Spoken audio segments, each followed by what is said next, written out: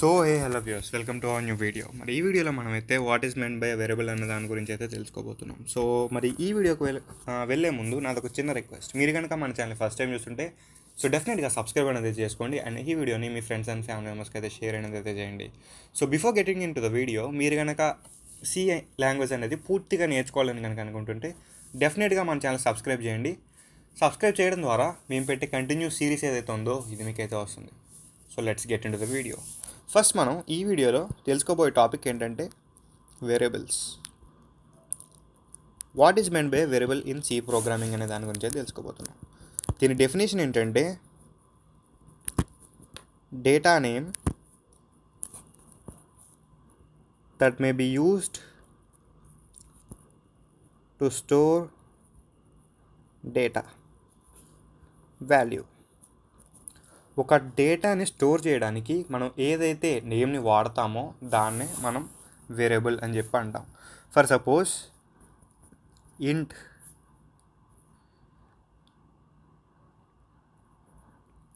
Number equal to 5 అని చెప్పి అనుకున్నాం అనుకోండి.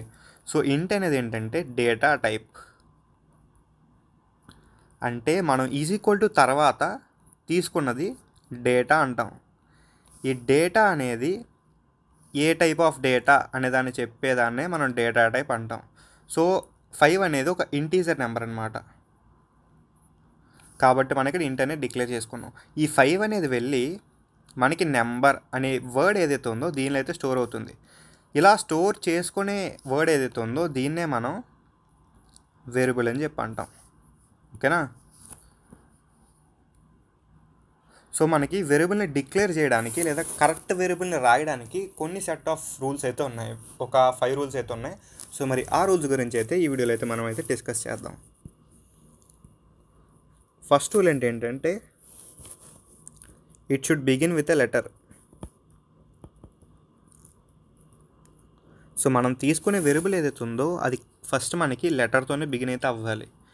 లెటర్తోనే బిగిన్ అవ్వాలంటే ఇంట్ సాయి ఈక్వల్ టు 0 అని చెప్పి తీసుకున్నాం అనుకో, ఇది కరెక్టే. ఎందుకు మనకి ఇక్కడ ఇదే వేరియబుల్. సో ఇది మనకి ఎస్తో స్టార్ట్ అయింది, ఒక లెటర్తోనే స్టార్ట్ అయింది కదా, సో కరెక్ట్. కాకపోతే ఇలా కాకుండా ఇంట్ 11 సాయి ఈక్వల్ టు 0 అంటే ఇది తప్పు. ఎందుకు? ఇక్కడ నెంబర్తో స్టార్ట్ అయింది కాబట్టి. సో ఇలా కాకుండా మనకి నెంబర్ లేకుండా అండర్ స్కోర్ వచ్చి సాయి ఈక్వల్ టు 0 ఉందనుకోండి, ఇది కూడా కరెక్టే. అండర్ స్కోర్ని కూడా కొన్ని కంపైలర్స్ అయితే పర్మిట్ చేస్తాయి. నాట్ ఆల్ కంపైలర్స్, బట్ రీసెంట్గా వచ్చిన కంపైలర్స్ ఏవైతే ఉన్నాయో ఇవన్నీ కూడా అండర్ స్కోర్ని కన్సిడర్ చేస్తాయి అన్నమాట. సో రూల్ నెంబర్ 2 అయితే చూద్దాం. జనరల్గా మనకి 31 వర్డ్స్ వరకు ఒక వేరియబుల్ అనేది అయితే కన్సిడర్ అవ్వద్ది. ఇలా కాకుండా 8 క్యారెక్టర్స్ దాటిన తర్వాత ఏ వేరియబుల్ అయినా సరే స్టార్టింగ్ 8 క్యారెక్టర్స్ ఉంటాయి కదా, ఓన్లీ ఇవి మాత్రమే కన్సిడర్ చేయబడతాయి కంపైలర్ ద్వారా.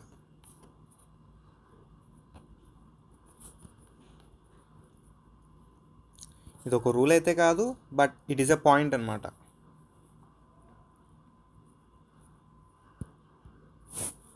ఇక థర్డ్ దానికి వెళ్తే upper case and lower case are different.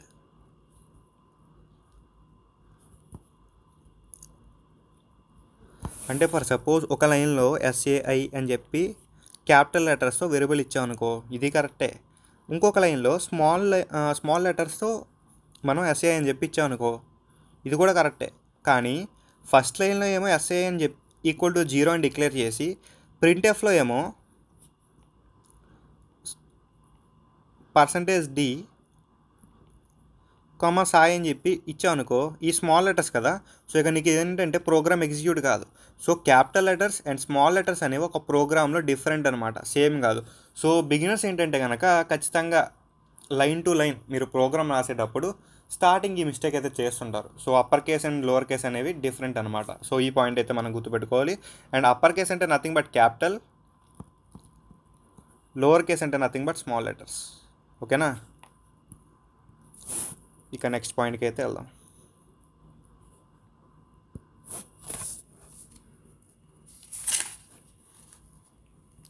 Fourth point ఏంటంటే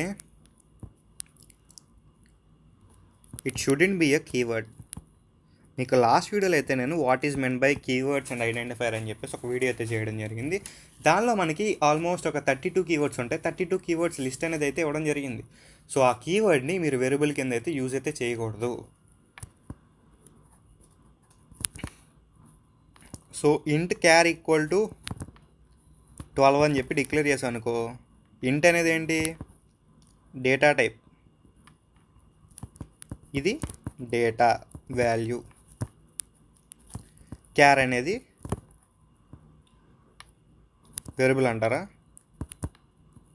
కానీ వేరియబుల్ కాదు. క్యారెక్టర్ అనేది మనకు ఆల్రెడీ కీవర్డ్స్ ఏవైతే ఉన్నాయో వాటిలో ఒకటి. సో ఇది ఈ స్టేట్మెంట్ అనేది కన్సిడర్ కాదు, రాంగ్ అనమాట. We can't declare like this. So let's go to rule number 5. Rule number 5 ఏంటంటే white space is not allowed.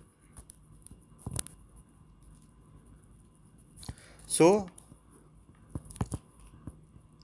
ఇంట్ సాయిరామ్ ఈక్వల్ టు 6 అని చెప్పి ఇచ్చాం అనుకోండి. సాయి రామ్ అనేది ఒక వేరియబుల్ నేమ్ అంటే మీరు ఒప్పుకుంటారా? కాదు భయ్యా, ఇది డిక్లేర్ అవ్వదు. ఎందుకంటే మీరు ఎప్పుడైతే స్పేస్ ఇచ్చారో, ఈ మధ్యలో ఈ స్పేస్ ఎప్పుడైతే ఉందో ఇది వేరియబుల్లోకి తీసుకోబడదు. లేదు, మీరు సాయిరామ్ అనేది కలిపేవచ్చు. ఇలా ఇచ్చినప్పుడు ఇది కరెక్టే. లేదు కొంచెం స్పేస్ ఇవ్వాలంటారా? అండర్ స్కోర్ ఇవ్వండి. అండర్ స్కోర్ ఇచ్చినా అది కరెక్టే. అంతే తప్పితే మధ్యలో ఎప్పుడైతే మీరు ఈ స్పేస్ ఇస్తారో అది వేరియబుల్లోకి తీసుకోబడదు. సో ఇది భయ్యా మరి వేరియబుల్ అంటే ఏంటి, ఒక వేరియబుల్ని మనం రాయడానికి మనకు కావాల్సిన రూల్స్ ఏంటి అనేది. సో మళ్ళీ ఇంకొక మంచి వీడియో అయితే ముందుకైతే వస్తాను. అప్పటి వరకు సెలవు. Bye bye.